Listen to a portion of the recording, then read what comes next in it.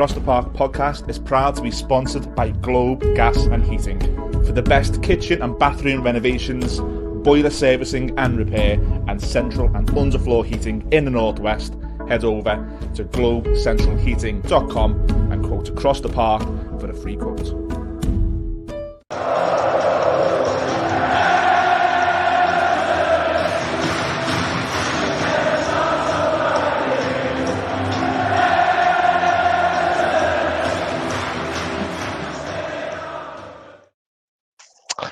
Hello everybody, welcome back to Across the Park podcast episode 20 of the 23-24 season. We are not in the Pod Cafe studio, reason being renovations, hopefully next week, latest the week after, back in a brand new studio, which we guarantee is going to look really, really, really cool. So hello to the Pod Cafe, we hope you're keeping busy over there, doing our studio up. Myself, Ian Mills and Gary Judge, as always, thank you to our amazing sponsor, the main sponsor, Globe Gas and Heating. It is freezing. If anyone's got any problems with the boiler, their heating, even if you've got... Like you got a problem with your boiler, Mills? Mate, I am bunged up and it's freezing where I am, right on the banks of the Royal Blue Mersey. But our amazing sponsors, Globe Gas and Heating, get over to them for any bathroom, kitchen needs, boiler needs. We're going to be doing a new advert with those guys as well.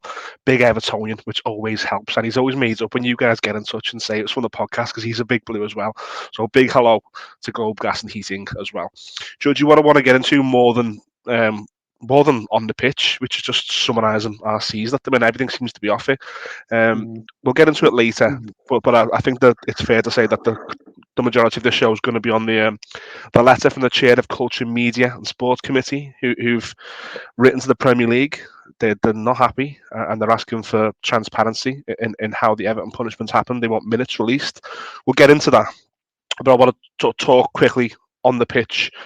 The FA Cup defeat, Luton Town on Saturday, really poor game, 4-4-2, just didn't suit. I think the manager said himself after it, he usually goes three at the back when the midfielders are short, and he's tried to go 4-4-2. I don't think we want to see that again, but what did you make of it, Judgy? For me, it was just a really poor, flat day at Goodison.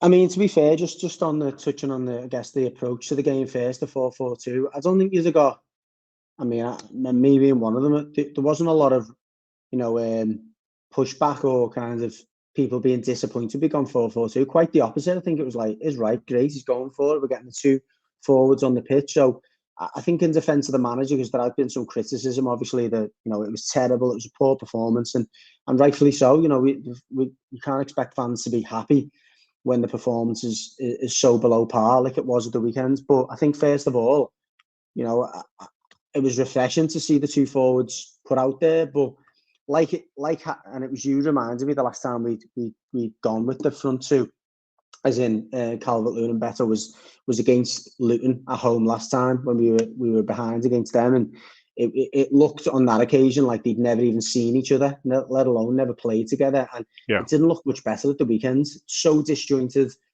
just a lack of any cohesion whatsoever. They weren't sure who was going to go for the headers, who was kind of looking for the flick-ons. There was no link-up play whatsoever. We had a few people joking, saying, what we're expecting, York and Cole, but come on, these are full-time footballers. They're playing together. We can, day in, day out in training. I know on occasion you might have, training games and one's on one team, one's on the other team, but you'd like to think, given Sean Dyche's comments, that he's avoided the 4-4-2 before, but either known certainly for a good 5 days leading up to this game that we were going to go with the front two.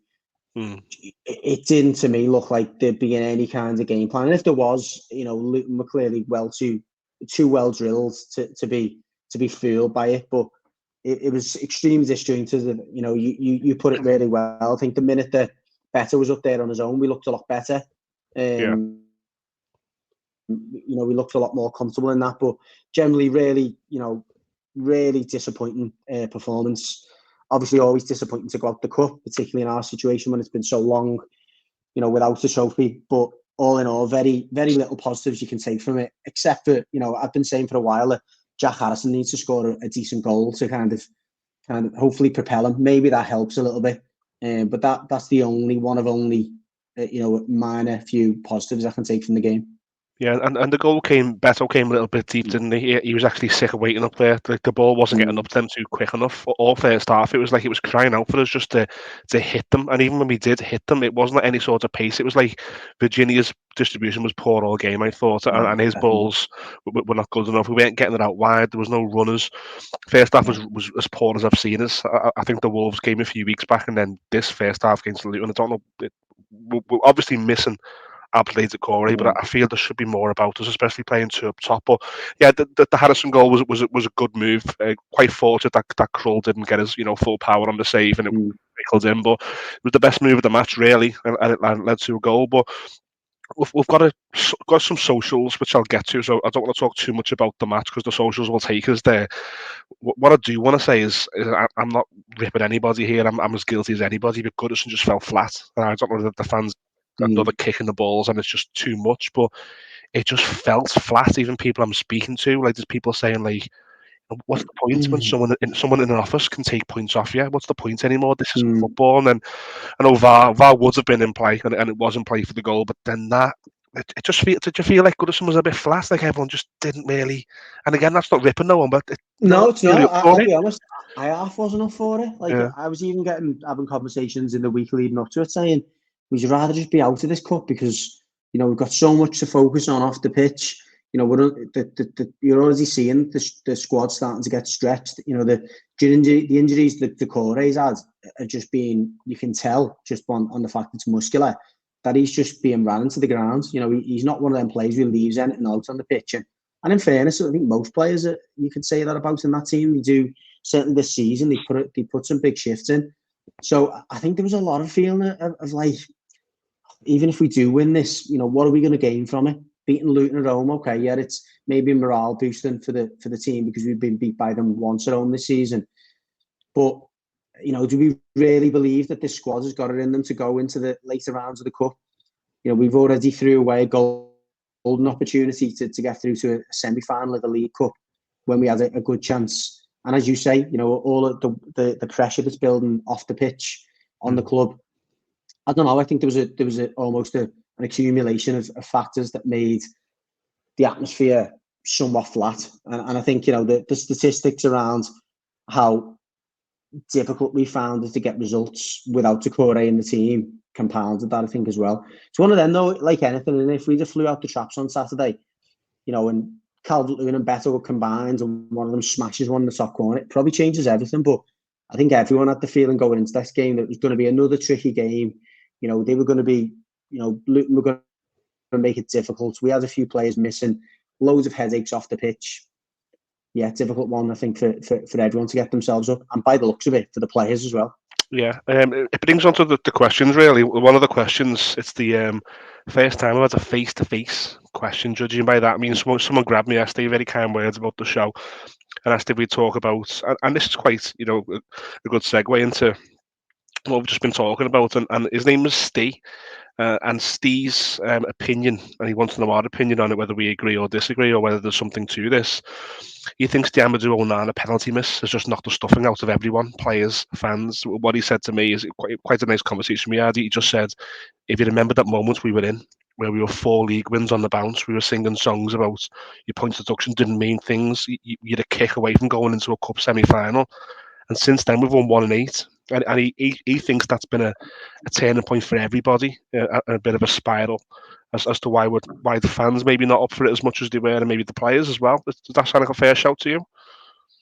Yeah, I wouldn't disagree with that. I think it was so deflating, wasn't it? That losing that game, a game that we could or should have won, a game that was in our hands. So when even as late as the penalty shootout, and yeah, I think when you've been kicked so many times as we have this season, that was just another kick, and it was a kick on the pitch that would have really hurt. I know all those players there. There's very few players in that squad that have won many honours themselves. They'd have been as desperate as anyone to kind of, particularly some of the senior pros in there, to go to, go on in a competition further and to get results and to have that distraction. And it was at that stage a bit of a welcome distraction. I think when you're in the earlier rounds of a cup, I don't think it is. It's like another game. But when you start getting to the end, towards the latter rounds of the competition, and you see that opportunity of potentially getting some success, some silverware. I think it brings that little bit of, okay, we've still got that cup, we've still got this, something to be proud of this season. So yeah, I wouldn't disagree with that. I think there's definitely been a hangover there. It's one of them things, and all footballers will tell you this: when you're winning games and you're playing well and things are going for you, you don't feel tired. When you start to lose games and things go against you, you start to feel a bit jaded. You start to feel like you maybe haven't got that extra few yards in yet, or you lose that bit of confidence. So, I think that's a perfectly logical statement or an assumption to make. Yeah. Danny over on the Twitter want to talk about the in-game performance from the manager. He said, "Look, Dyche was rightly praised when we were winning 4 on the spin. Dogs of War banner has got him on it. I'm not against Sean Dyche, but in-game he doesn't seem to change things. He seems to be quite stubborn. You look at it again on Saturday. He could have maybe even just moved Calvert-Lewin out wide for 10 minutes. He doesn't seem to want to change how he sets Everton up. He wants to know our thoughts on that." I mean, I've probably been as defensive as anyone could be in Sean's eyes. I think he's as much as any other manager's been. He's been backed up against the wall. He's working with players who I think he's got every ounce out of at this stage. I think there's been a time in a while that I've looked around at that pitch and thought, you know what, you're playing as well as you could. You're playing as well as you could. He's got players playing in the right position. I think he's got a system that works for this group of players. I don't disagree that he's shown a kind of lack of flexibility, but I wouldn't suggest that that's completely down to him. I think it's down to the resources, i.e. the players that he's working with. I don't see a lot of flexibility in them players anyway. I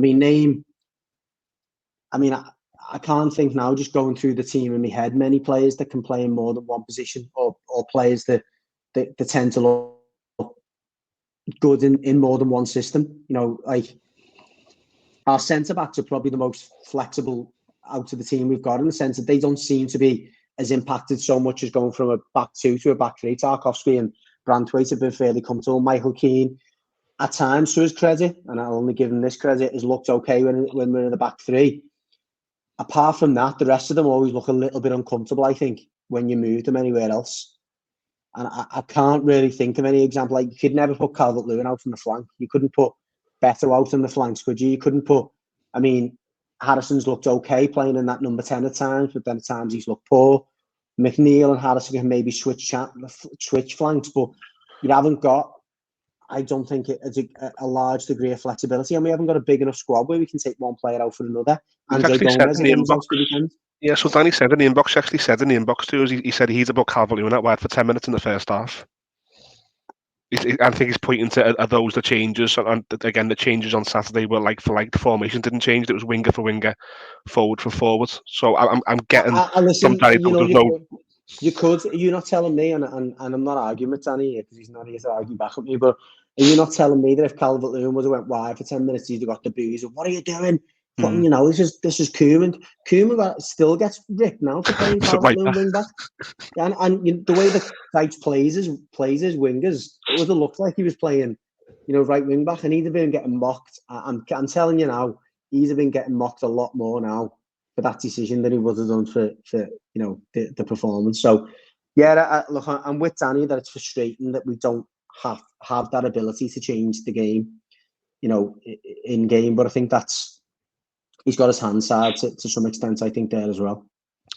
We had a few, not so much questions, but we were involved in conversations on Twitter. We were tagged in, talking about Ross Barkley. The one I've actually got, I didn't actually expect. I expected people to maybe say to us, you'd get in the Everton team now, or would you take him, blah, blah, blah. There's an element of this from EFC Picks, and he or she said, with Abdoulaye Doucouré missing, Ross Barkley walks into this Everton midfield. He's only got 5 months left on his deal at Luton. Would you like to see us maybe bring Ross Barkley in this week to play for Everton for the rest of the season?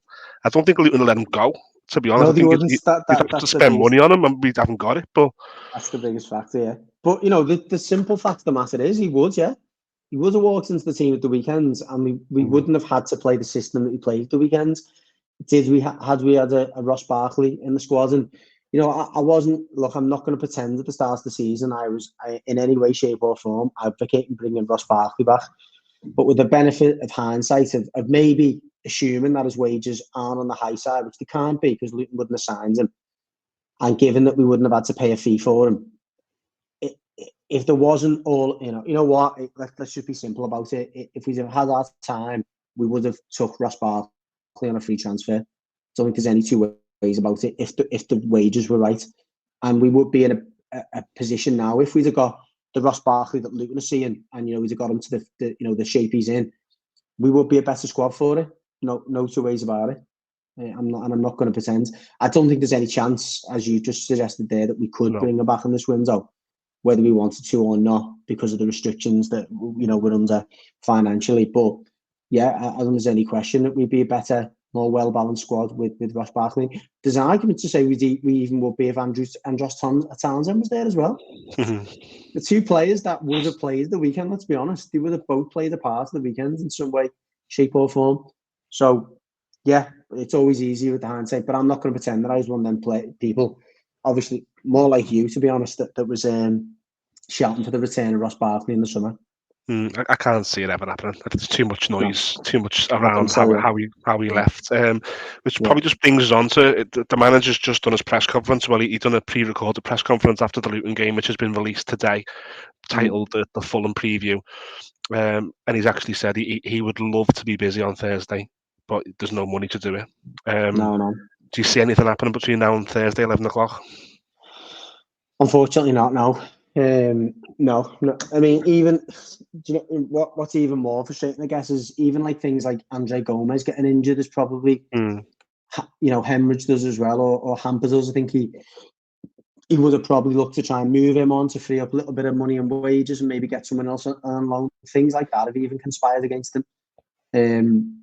I think if he could have his way, he'd maybe try and move Chamiti out on loan and maybe again use that to bring someone else in, because he's another player who's not getting game time. And, I think if we could bring in a midfielder in his place, or maybe someone, a winger or something, then he'd do that. I mean, I was expecting by now to have seen Danjuma gone out. I don't want him to, by the way, but that looked like that was something that was definitely going to happen. That might still happen in it. If anything, it could get worse for us. That's the concerning thing. If anything happens this late in the window, it's more likely that we're going to be hampered by it and we're going to be left in a worse situation than it is being us being in a better one. I still maintain that, provided we don't get any more injuries, that if we can get through the window without losing anyone, I do still think we're okay. But we'll see. Moving on to probably the main subject, really. The Independent published this. Quite a respected, organisation, published a letter from the chair of Culture, Media and Sport Committee. They're the parliamentary group, for anybody who doesn't know. Who Richard Masters was speaking to in Commons. It was 2 weeks ago now. And it basically urges Richard Masters and the Premier League to publish the minutes of the board meeting from August 2023, which is when the Premier League's board meeting decided to adopt the punishments, which leads to our 10-point penalty.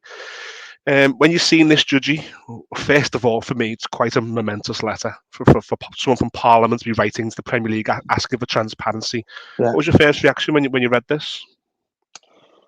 I mean, I wouldn't say I was shocked, because obviously further to the podcast that we had with Andy Burnham, there was the suggestion that was coming. There's been momentum gathering behind that. It has been discussed amongst various people, in the political circles, that there's something concerning about the way that this has been carried out. But you're right, it is momentous for someone in that senior position and with that experience of legislation and regulation to be asking those questions suggests that there's something amiss, there's something very wrong about the way that the process has been carried out. And the more that the Premier League back off from this and try and deflect, the more and more it stinks. What kinds of term, I think the term they used in terms of describing why we wouldn't want the minutes is they were very clunky. So what? Like, what minutes aren't clunky? Like saying, you don't want this, it's 6 pages. You want to read that? What kinds of... That's basically stinks, that, doesn't it? You don't want to read that. Too many words, loads of chit-chat. But they've passed it off as well, the Premier League. So in their little media circles, they've passed this off, the Premier League, if you believe some respected journalists, as Parliament showboating. Quite arrogant, isn't it? Wow. It is. It's not only arrogance. Again,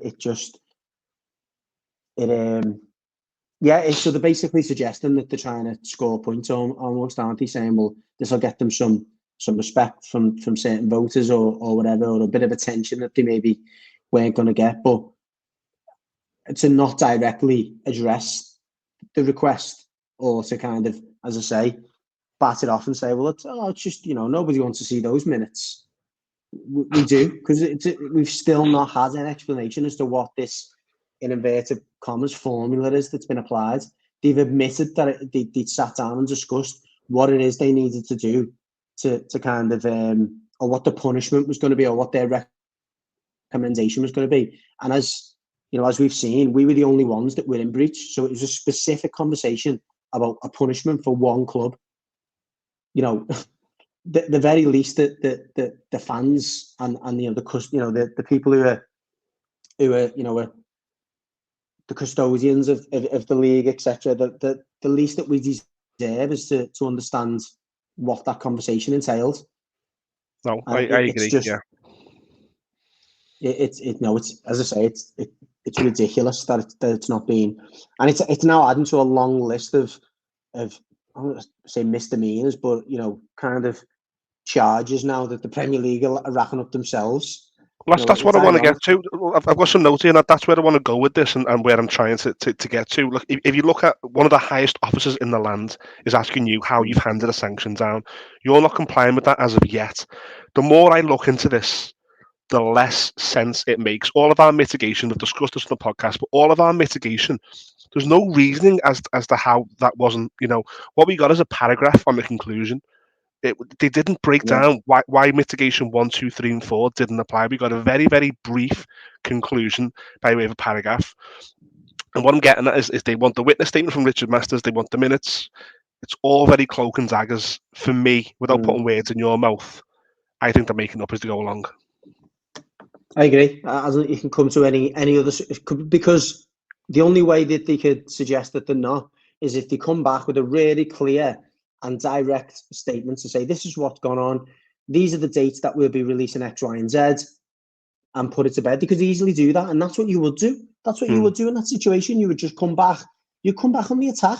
They're not deflecting, and if anything, defending their actions, but they're not defending it with any substance whatsoever. Yet the people on, again, the parliamentary side, on the likes of our channels, the likes of Andy Burnham and other respected MPs and members of House of Parliament, they're the ones who are actually coming back with specific facts, specific evidence, and yet there's no response whatsoever that comes even close to addressing the questions that are being asked.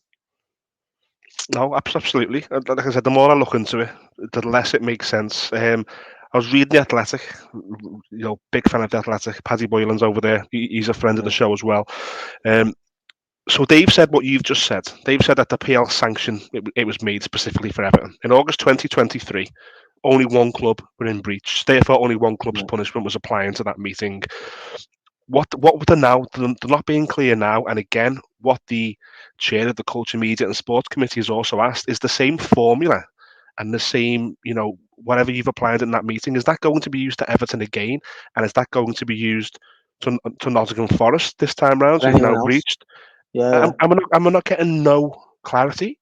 It just, for me, and of course, this is an Everton podcast, I'm an Everton fan, and I can't talk about this without my Everton hat on. But even if I try to remove myself from it, it just looks like it just looks like a big, big mess. Like, how can you not come out now and say the framework for this will be used again, or it won't? There's just no transparency, none. No, there isn't.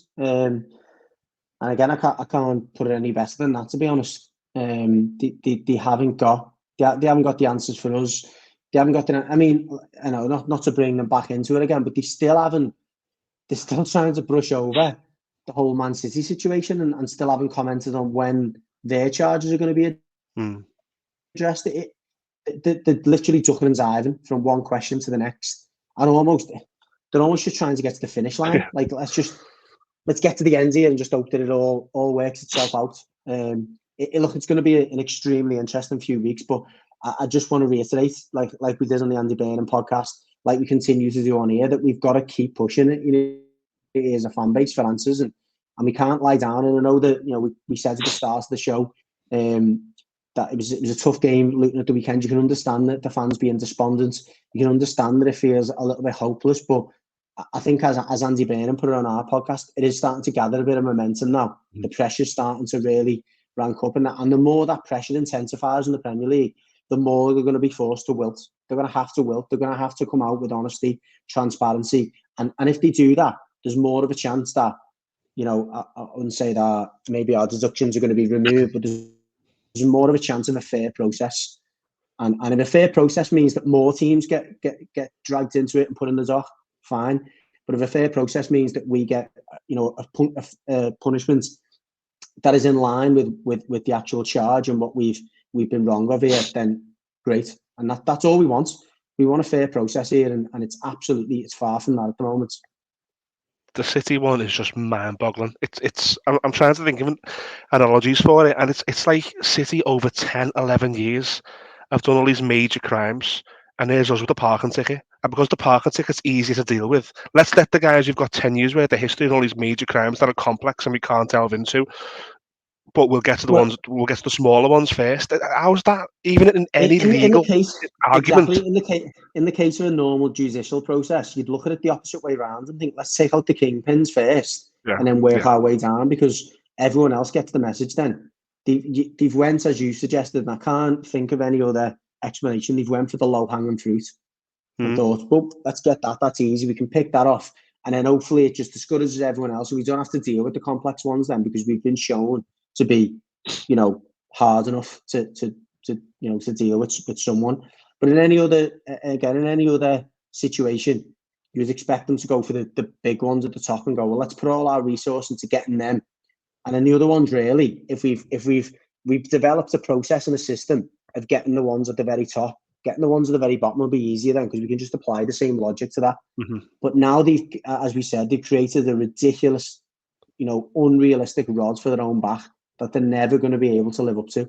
Yeah, look, and no one's saying, me and you've repeated it, and the podcast you did with Andy Burnham was fantastic, and he said the same thing. No one's saying Everton have not committed anything they shouldn't have done here. We're not saying Everton are completely innocent. There's members of our fan base who were warning everybody who would listen about the board. They're not here anymore. One quite literally isn't here anymore. We can't hold them accountable, and we're sitting here.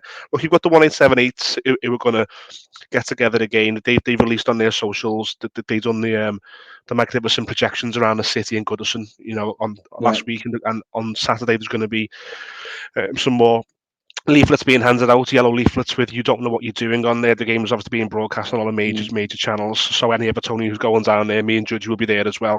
Get involved, because we are quite literally fighting for our club at the minute, and to see how the fans were on Saturday, and to see good people who are just really struggling with it at the minute. It's how can I? And this second one, Judgy, where it said the appeal process, if it gets this far, the appeal process for the second charge can be heard after the Premier League season is concluded. So if Everton stay up by 6 points, after that happens, they can decide to give us 7. A man in an office can then decide to give us 7 after we stay up, or Nottingham Forest stay up. Everton go down and Forest stay up, and then Forest get hit. And that's why I've said a few times, this isn't just about Everton. This is about every club down there, about people just kind of making up as they go along. Let's remember, the Premier League are a competition. They're not they've never been, and they haven't got experience clearly of being, a legitimate governing body. They're a competition. That's what the Premier League is. What they're doing now is completely obliterating that competition, making it almost just a pointless competition. What is the point? What is the point of those players? What is the point of those 11 players, 22 players, whatever, going on the pitch every week, playing for it? Thousands of fans supporting them, not only by going to the match, but by purchasing, subscriptions to the various broadcasters that they've sold rights to. What is the point of that at all? If they're just, as you say, a man behind a desk in an office is just going to decide how the competition is won or lost, because that's what's happening right now.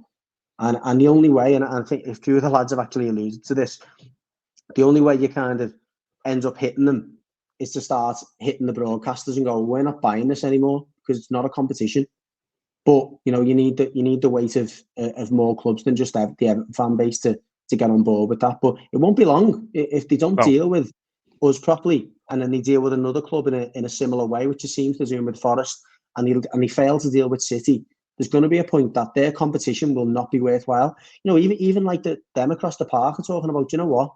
Let's go back to the European Super League idea, because these aren't capable of running the competition anymore.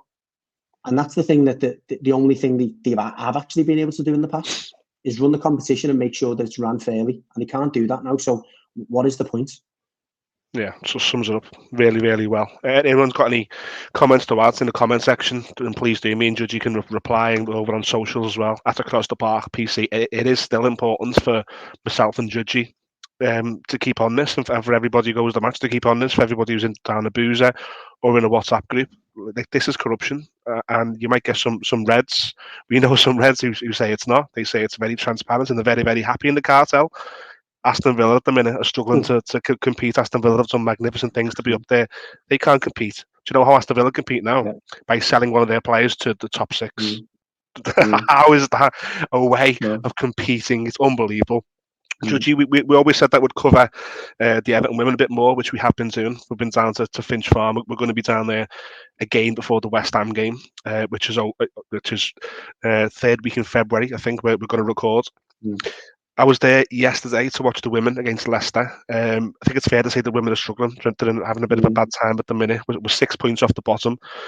I thought the new signings, one who we interviewed last week, Ricky Madsen, looked really sharp. She was put clean through, and the offside flag got her, and it looked really tight. That would have been 1-0 to Everton, and you know how tight those calls are. But we're going to go down, Judge, aren't we, to the West Ham game. I think it's just important, again, just to say how good an atmosphere it is, and the women need our support, don't they? Yeah, it's so authentic. Anyone who's, been to a women's game before will know that it's a lot more of a friendly environment to be in. It's a lot more supportive. It's a lot more positive. But again, equally, I've been to a lot of non-league games recently, and it's a similar atmosphere to that as well. It's it's very jovial. Everyone's getting behind the team. It's generally a good day. It couldn't be any more central in terms of the location. If you used to go into Goodison, you're not too far away. Going to Walton Park. Couldn't recommend it enough. And as you say, unfortunate yesterday. I think first half they deserved to be in front. Leicester made a few changes and freshened it up, and it looked in the second half, a team was lacking a little bit of confidence, and obviously more supporters getting down there and supporting them is only gonna help with that, to be fair. The West Ham game in the third week in February. Huge. We've got Chelsea away in between that, which is going to be tough. But West Ham, for anyone who's not too familiar with the Women's Super League, West Ham are actually below us. So it's a big chance for us to put a little bit of distance between it. Before then, Judgy, back to the men. I know you're talking to Cottage Talk podcast, and we're going to get a preview out with a Fulham fan probably tomorrow morning. Let this episode die down. But Tuesday morning, the morning of the game. Tuesday morning, sorry, because we're playing Tuesday evening. Look, the first question is, how do we set up? Because it can't be 4-4-2. How do Everton set up to win this game tomorrow? I mean, we're going to have to go back, as Dyche has almost told it, hasn't he? It's going to be a back three, without doubt. I think that almost tells you Michael Keane will be coming back in. I would imagine, will Coleman be fit? The manager said there's no one back. Ashley Young was on the bench, wasn't he, for the cup game? You might see Ashley Cole. That'd be nice. You might see Ashley Young, not on the bench, but in the team. You might see Ashley Young come in, but you'd probably suggest it'll be Mikalenko and Patterson as the wing backs, just to allow kind of wide players to maybe push inside. You might see a Harrison in front of Anana and Garner, and maybe just then surround either Calvert-Lewin or Beto. Probably be Calvert-Lewin with two of the wide players. It's look, that's probably one way of going for it. The other way would maybe be to push Amadou Onana into the Decore role and see if he can cause some damage. By doing that, you're probably leaving yourself open to a really, really good attacking threat. It feels to me, Judgy, it feels like a bit of a not lose, really. I don't know. I think what we know about Marco Silva, and I said it when he was in charge, and I've said it a few times since. He's a very he's a very patchy manager in the way that his teams tend to go about things from a form perspective. They win a lot of games and then they'll lose a lot of games. And you know, they've just went out to two cup competitions in a week.